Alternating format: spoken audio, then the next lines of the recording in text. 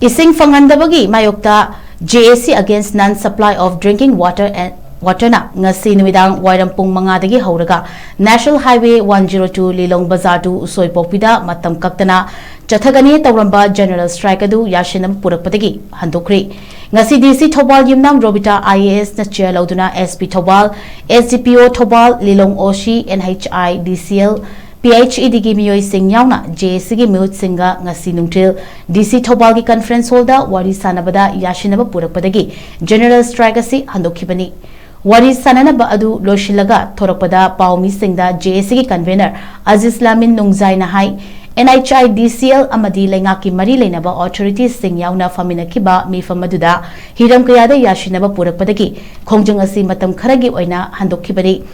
Thasi kun fawada LILONG turel ahan biginakal animag LILONG lehaukong yang bilekay amadi LILONG bazar gi mafam singda Eshing Fanghandba aduga lagliba April tang kuntra fawadana LILONG chobok arapti water supply na konba mafam singda Eshing Fanghandba haina wafam singa sida yasinare Maramaduna Ngasi Numidang Wairam dagi HOURAGA JSC na junction gani haina TOURAMBA general strike adu matam kharagi oina handokle haina Aziz Lamin Nungjaina fungdoraki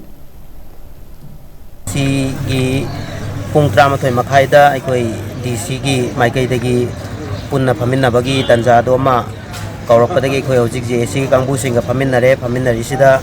अखोई लैरिबा PHED NHI DCL अदुगा police department Wipro company अमदी JSC कांगबुसिंगा DC यावना पुन्ना फमिन्नरे हारिबसिदा अखोई यासिन्नबा म पुरकले करम्बा यासिन्नबा हारगदी लाइकलिबा अखोई एप्रिल की 30 फाउबगी मनुंगसिदा 30 फाउ मनुंग सिदा अखोई LILONग अराप्ती वाटर सप्लाई ना कोलिबा एरिया सिंगदा लैरिबा सिंगसि पुन्ना इसिंग फंगहनबा अमदी अखोई होजिकी ओइबदा मार्च की हफ्ता सिगी मनुंगदना अखोई की लैरिबा लहाखोंग तुरे लहनबी की बोथ साइड LILONग बाजार हारिबा सिगी बोथ साइड सि इसिंग फंगहनबा हाइना हारिबा सिंगसिदा पुन्ना याजिनमेनरे अदु अमदी अखोई एग्रीमेंट अमा मसु साइन तौनरे अदुगा अखोइना सिगी मखा पोना अखोइना ngasi इवनिंग दगी पांगथोकनी हाइना हौजगनी हाइना तौरंबा जनरल स्ट्राइक अदु मतम खरगी ओइना अखोइ रिलैक्स तौजरे हाइना मयामगी मफमदा JSC की माइकैदगी